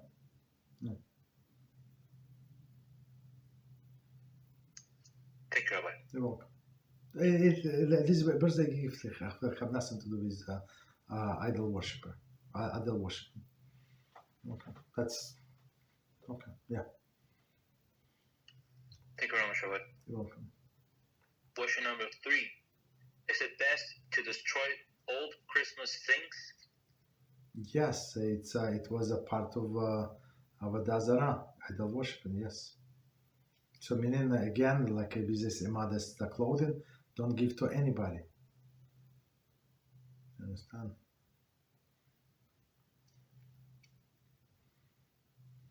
Thank you, Rabbi. You're welcome. Next question. this is great. Some people expect Christmas greetings because they send Happy Hanukkah greetings. What is the best way to explain it to them? That's with our politically correct world, and that's what exactly I had this issue. So that's huge issue in my office. That's exactly what I was saying, to say happy holiday. So, and it's be happy holiday season, right? And I had this woman. She was Italian. I mean, she's still Italian. So she's very like crazy woman, and she said like when they first started, I don't remember when this, like maybe 10 or maybe 15, I don't know how many years ago they started this politically correctness, maybe 15 years ago. So I've been okay, approximately 10-15 years ago, they say holidays greetings. So she said no, I'm and she was like insisting to says Merry whatever, I'm not going to say what, right? To at least to all of the Christians, right? And they have this unity thing, and she was trying, of course, to be nice to me, wish me all of this, she knew the whole Jewish calendar, because I think because her mother was a teacher, the schools were closed. I don't know, whatever, but she knew. Doesn't matter, she knew. But when it come like not to greet her, so I would leave early, or like when she I would be busy, whenever she goes for her holidays, not to tell anything. I mean, I'm sure people understood what's going on, but it's their own business. Like, look, I'm not trying to be like politically correct. They don't like me. Okay, they don't like me, but they would forget people, especially who eat non-kosher food, like all these things. Them who watch TVs, who watch this I don't know, this whatever they watch, because they or play games. Even adults play games because they used to all this constant movement on the screen, so they cannot hold concentration. So even though maybe today she noticed I did not answer, that they did not greet them with all of the holidays. So I mean, next day she would get the point. I mean, she'll forget. 2 days later, after her holiday, she would come home, or come to office, or other people. They will forget. Okay, understand. So that's what this Hafetz Chaim said. It's we must withstand the pressure for a few times, and they're going to go. These Jews. Okay, no problem. I mean, of course, they would be trying to be nice to you, but you can be nice to them in many ways without acknowledging the pagan holidays. That's it. But if you know that somebody is going to get offended from the family, this and that, so tell them in advance. So here's the thing. That's why I think that's disgusting. Okay. Thank you, Rabbi. You're welcome. Okay, so this next question is a little long, so I'm going to try to dissect it. Mm-hmm. It has a bunch of different concepts. Okay, the first part says, is it a hidden lesson from the last and next parashiot to accept our life, no matter how hard can be, and turn a genom of a life to the owner of a kingdom, by following the wisdom of Yosef HaTzaddik, that was always so happy and helpful no matter his reality, unjustly jailed for something that he did not. Mm-hmm. Okay, this is kind of the first part. Okay, so let's do it parts. I think it's a good idea. I cannot remember all of these things. Okay, so that's the definition of bitachon. So bitachon is not the concept that everything is going to be okay. It's craziness. It's not reality. The bitachon is the things that Hashem is running the world, and I'm in the best position possible to achieve my purpose in life. Okay, so if to get close to Hashem, it's better for me not to have money and struggle. That's his plan. So he has a limited amount of supplies of money and food. if he decided that for me, he has to withdraw the money for 6 months for whatever reason. So and that's the best for me. So I have to learn how to live under this condition. If he decided that I have to live on surplus of the money, 7 times more that I experienced in my life, so I have to learn how to do with this money. So in this case, just an example with this tzedakah, I have to run and see who needs the money, right? And who needs the money, who needs support. Why? Because I have extra. Like Hashem put me like an accountant, his accountant in this world to do his will. Right? It's not for me to buy 7 houses, right? It's for me to support his causes. Whatever is the more dear cause to him, I have to look for it. You understand? And same with struggle with family, close ones. It's Hashem knows what's going on, and we have to bless him. Have to bless him no matter what. As it says, Rabbi Shlita said the story, and I heard it before also, about this rabbi who was, he's in Kirov.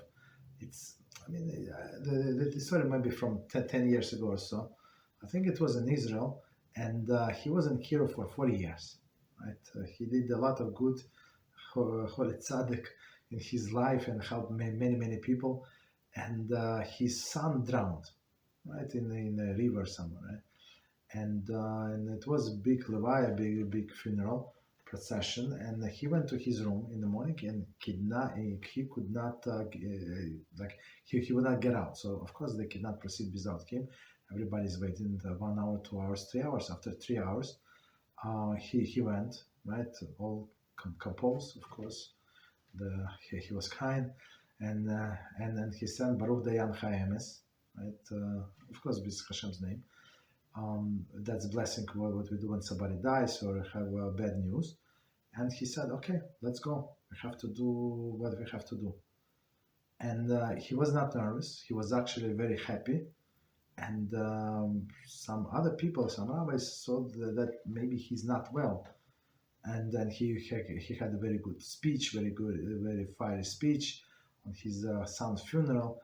And they asked him, how, this morning you were like that person yourself, how did, from that person, what happened these 3 hours? What did you do in these 3 hours? And he said, in his humility, he said in Shulchan Aruch, he says, and we learn in Shulchan Aruch, that you have to bless Hashem. We learn in Kitzur, not Shulchan Aruch, it's Kitzur, but it's exactly the same. You have to bless Hashem for all the bad things, with the same enthusiasm, and as for good things, exactly the same, exactly. So he said, I could not bring myself to bless Hashem for taking my son, who is 20 years old. I could not, right? And I needed these 3 hours to break myself and to remind me that actually that I have to bless Hashem the same way as I bless Hashem when my son was born. So I have to bless Hashem the same way when he actually took my son. And it took me 3 hours to realize and be grateful for all of every day of my life, that all of the 20 years, that pleasure that Hashem gave me to have this holy son of mine. And after that, so I have peace with Hashem, right, with myself, with the son, with everybody, and I was able to do that. So of course he's a big tzaddik, and everybody were impressed on his explanation. But it's actually expected of all of us. I don't say it's easy, so don't think that I'm a big tzaddik. I don't say it's easy, but at least I know the goal, and it's very important. All of the things you must know the goal. So all of the bad that is going on in our life, it's for our betterment, right? As Rabbi Akiva said, it's all for the good. How is it good? We're going to see. So Hashem is going to open our eyes one day. One day could be next week, or maybe next Monday, maybe 5 years from now, maybe after we go into the last judgment. But it does not alter my purpose in life and my dedication to Hashem. You understand? So when you have all of these global things in mind, you're not going to be upset so much. Somehow, somewhat upset. Somewhat is hard to hard not to be because we're all humans. But otherwise, no. You understand? So you just continue going. Okay. What else? Thank you, Rabbi. You're welcome. Okay, so that was the first part of the question. Next part goes, however, one of the commentaries mentions that each year that Yosef HaTzaddik spent in jail was because he spoke about each one of his brothers. Could we understand that perhaps it's because we did, in relation to this whole issue, could we understand that perhaps it's because we did something in the past or in previous lives, so measure for measure, Hashem is punishing us from something that we can realize how to do tshuva properly about sins from other lives and overcome again normal life. Okay, that's an amazing question. We had a somewhat similar question. So, and that's what we said last time. Maybe it was not in this class, but I think it is. But maybe I'm mistaken. So we said that people like to blame everything on reincarnations, like the previous life say. And I always said, like, you normal just look at the mirror, just look at them in the mirror, meaning look at what Hashem is expecting of you in this life, and look how many failures you have. So to blame everything on the previous life, okay, it's not very convincing. You understand? So even though like sometimes a person would struggle in this life because of the sins of previous life, but because he did not correct the sins in his previous life, so in this life he has exactly the same issues, right? And based on these struggles, he has to correct whatever was not correct in previous life. Of course, our rabbis give, I think, 7 explanations or why the righteous people struggle, right? So sometimes a righteous person, it's like Hashem cleansing him or her, right? One of the explanation is, for example, if somebody did true teshuvah, pure teshuvah, right, from the bottom of the person's heart, and the person had some sins for which he would get chorus penalty, his life would cut short in this life. In order to come, there is 3 kinds of chorus, or just this life short, meaning he would die childless. Okay, all of these things, right? So when person does teshuvah, right, complete all of the three steps, he stopped, he regrets, the Yom Kippur must come, right? And person must endure the suffering. So these sufferings, so if it's atonement for a person's sin, so person must be very happy for the suffering. Why? I mean, in this case, I'm talking about this specifically.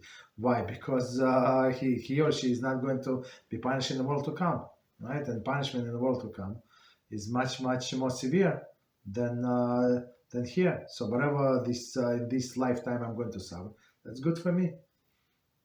You understand? So, but throw everything on a previous life. That's not wise. That's only arrogant person would do that. You understand? So try to live your life. Know that it is good for us. It should help me. So of course a person must analyze like a source of the suffering. Like what do they mean? Like what exactly I have to work on? Because Hashem in His mercy, he created this world measure for measure. So based on the suffering or what's going on in our life, we can derive like what I should work on. You understand? So it's 1-to-1. As we learned today, it's a page before last. In that class, we almost finished Talmud Megillah. Right, so it says that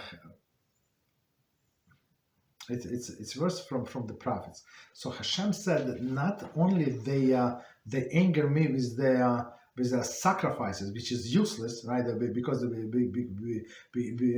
of their sinful way, they even bother me that I have to make punish them like measure for measure. So Hashem, in some sense, right, he's upset with Jewish people because they sin, and now he has to find a way to punish them exactly for their sins. You understand? So that's what prophet complains. It's very powerful line. Okay, so meaning our suffering exactly measure for measure. So whatever we deserve, we get it. So don't like blame the previous connection, and just work, continue working, continue. And if you fail, you know what to do. Can get up, fail again, get up until Yetzer Hara would leave you alone in this area, and it will. It's only a matter of time. They say, some sages say 3 times, and like 3 times if you endure and you overcame this Yetzer Hara, it should not get any like often chances, maybe from time to time, but constantly it's not going to get permission from Hashem. It's like you pass the test. Like how many times you want me to pass the same test? That's it. I get like, in some sense, like certification. That's it in this area. So Satan is not allowed to test me in that area. Okay, so that's the answer. Thank you very much, Rabbi. Welcome. Next question on the board. When strangers wish me the Avodah Zarah greeting, I've gotten used to just pretend that I misheard them and responding, "Great, how are you doing?" They respond whatever, and I say glad to hear it and move on quickly. This method's always worked out so far, but does it constitute sheker? I mean, when this respond great is a problem, so they would say, oh yeah, my Yoshka is great, my this great and that great.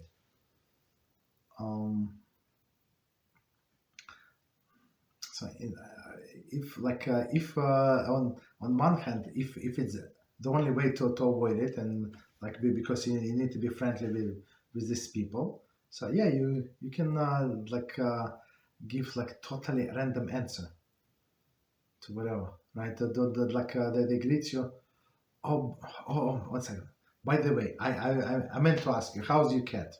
I haven't seen your cat in the window for 3 days. Is he okay?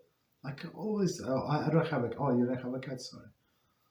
I always thought that you have a cat, and I know a person like that, and he would avoid all of the straightforward questions, and of course it's very annoying.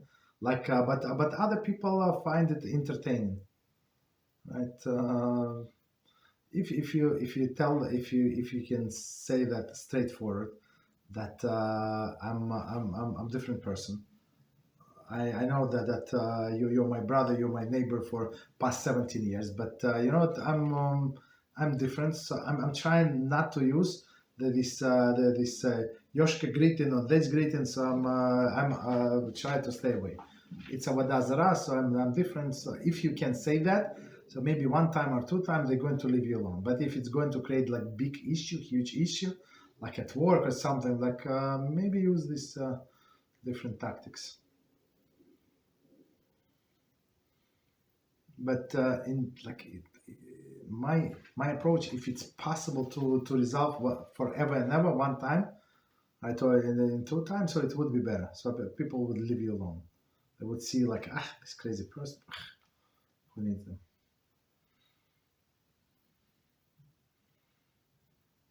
Thank you very much, Rabbi. You're welcome.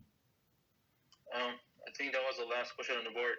May I ask one last question? Yes, go ahead. So could Rabbi please expand on this law of the of muktzeh, that the laws of muktzeh extend for the people that are unemployed? Could Rabbi expand on this? Muktzeh for the people who are unemployed? Yes. Okay, could you expand? I don't understand. Muktzeh for everybody. Muktzeh? No, sorry. That in the laws of muktzeh said that they extend not only from Shabbos or Yom Tov, that they extend for people that are unemployed. That's what it says in the laws of muktzeh, in the book. I don't understand the question. So what is the? could you maybe rephrase the question or give some example, because I do not understand what you're trying to say. Sorry. Sure. I can even read the paragraph from Okay, the go book, ahead. straight from the book. Okay, go ahead, please. Distinguish. Okay. Page 4. In the section that says number 3, reasons for muktzeh nowadays. Point C says to distinguish Shabbos for the unemployed. So it says the prohibition of muktzeh was continued for those not engaged in work all week long. Since they, open quote, relax on weekdays as well, Shabbos will now be a unique day of rest for them.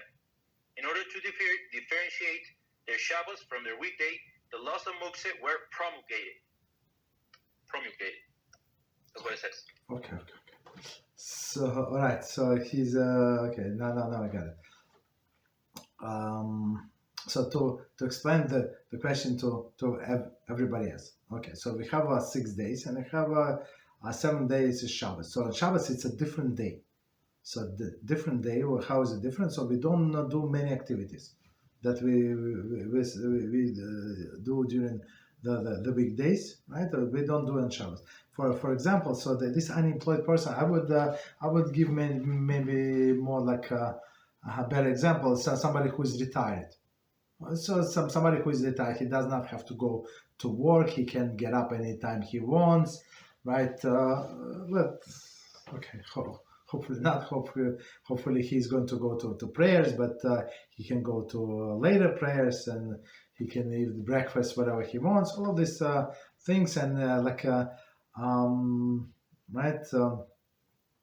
So, meaning in some sense, since he's not obligated to do many things during the week, so Shabbos is like for that person is a regular day. So it's not rest day. So for a person who learns, who works, runs around like crazy. So on Shabbos just from one thought that I don't have to run anywhere. I don't have to take 3 buses to get to my job or to work very hard to make a living. So that's amazing feeling. Right, so and muktzeh is something that is set aside. So set aside for the weekday use, right? But that person, he does not use the things on a weekday. For example, somebody else has some tools, but a person never uses tools on a weekday. So how they are muktzeh, right? But outside you say no. Even though this person does not work during the week, he's, as we say, he or she a retired person, right? It's not like unemployed. Unemployed the same, does not have a job, right? Since still all of the laws of the muktzeh and all of the laws of the Shabbos apply to them, so they have to rest. So rest a little more than they rest on a Shabbos day. So, but for these people who, for example, if somebody have a lack of sleep during the week because they have to get up and I don't know 4 in the morning and drive 2 hours one way and then come back, right, and had a very hard job. So on Shabbos, yes, it's allowed totally normal for them to sleep a little extra. So for them, it's this day of rest, literal in a physical sense, days of rest. But for that retired person, the day of rest, meaning it's like since he's going to have hopefully this godly soul to learn more Torah. So that's the rest, right? From all other activities that he used to do during the week. And but this set aside, muktzeh, it's set aside, right? Things. So they apply to everybody, including that person, right? Just because he's not using them during the week, still they are forbidden to him to be used on Shabbos. That's, I think, the explanation to what we said.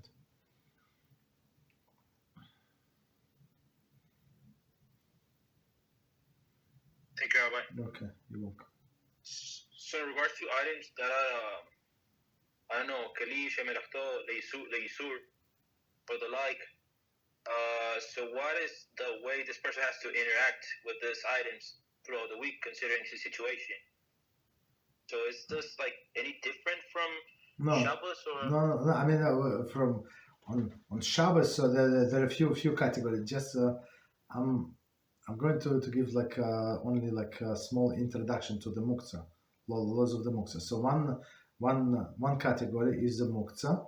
One category is items that never muktzeh, right? What is it? Article of clothing.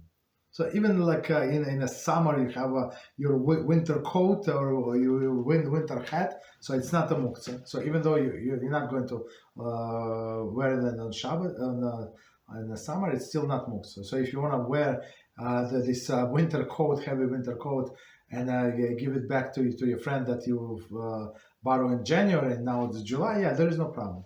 It's not going to be considered carrying, for example, in the public domain, let's say. Right, and or you can have wear 3 pair of socks, so it's not like you can. So it's not muktzeh. Clothing not muktzeh, right?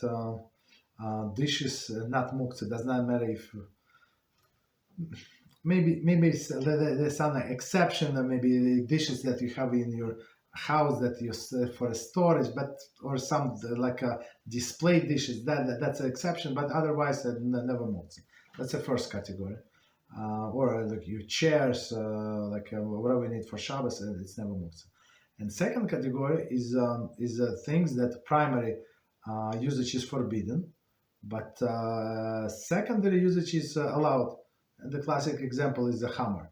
So hammer, of course, to build a house or to drive in the nail. But on the other hand, you can crack the nut open. So there is primary usage is forbidden, and secondary usage is permitted, right? Or some like you have a fan, that goes back and forth.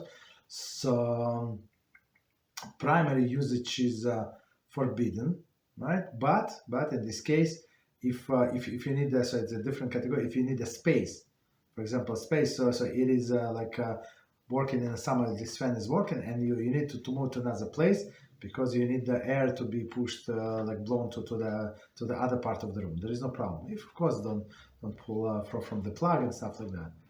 And another category of the muktzeh is something that you don't want to be damaged, no matter what.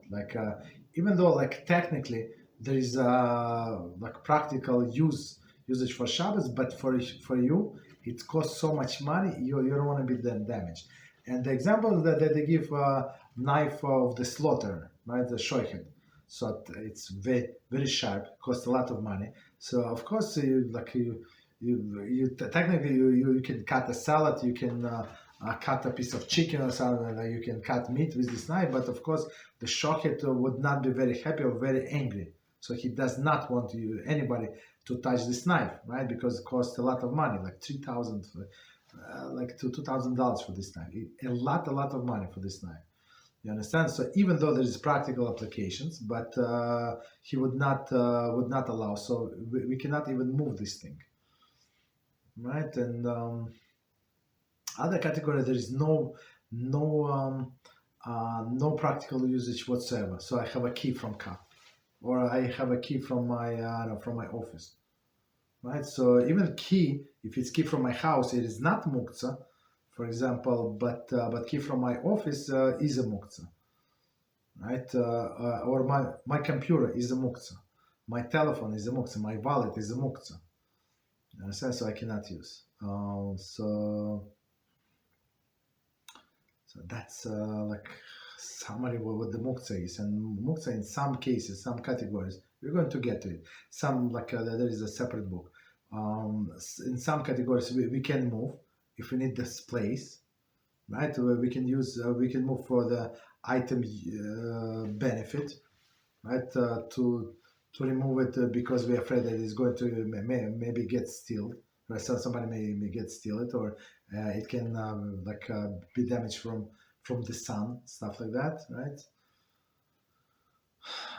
So that's the muktzeh. But it applies to everybody, who is working the whole week or who is retired. Does not make any difference. That's what it means. Okay. What else? Did we answer your question, and you already meant something else? Thank you, Rabbi. Yeah, I'm just trying to. It's kind of hard for me to understand this concept of how more into details, more into the into the details, it would apply to an employed person. But I believe, may I, like, let's say, ask like the second part for this question tomorrow, perhaps? Okay, yeah, let's leave it for tomorrow. So Thank you very much, Rabbi. You're welcome. So basic idea. So our sages were trying to protect us from ourselves.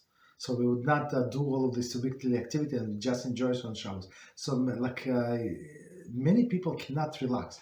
Many people cannot enjoy. Many people cannot be just happy. You understand? Even though there are no circumstances why they should not be unhappy, why they should not relax. Understand? And our sages in their great wisdom say, look, all of these things are forbidden to you. So what is not forbidden? Books.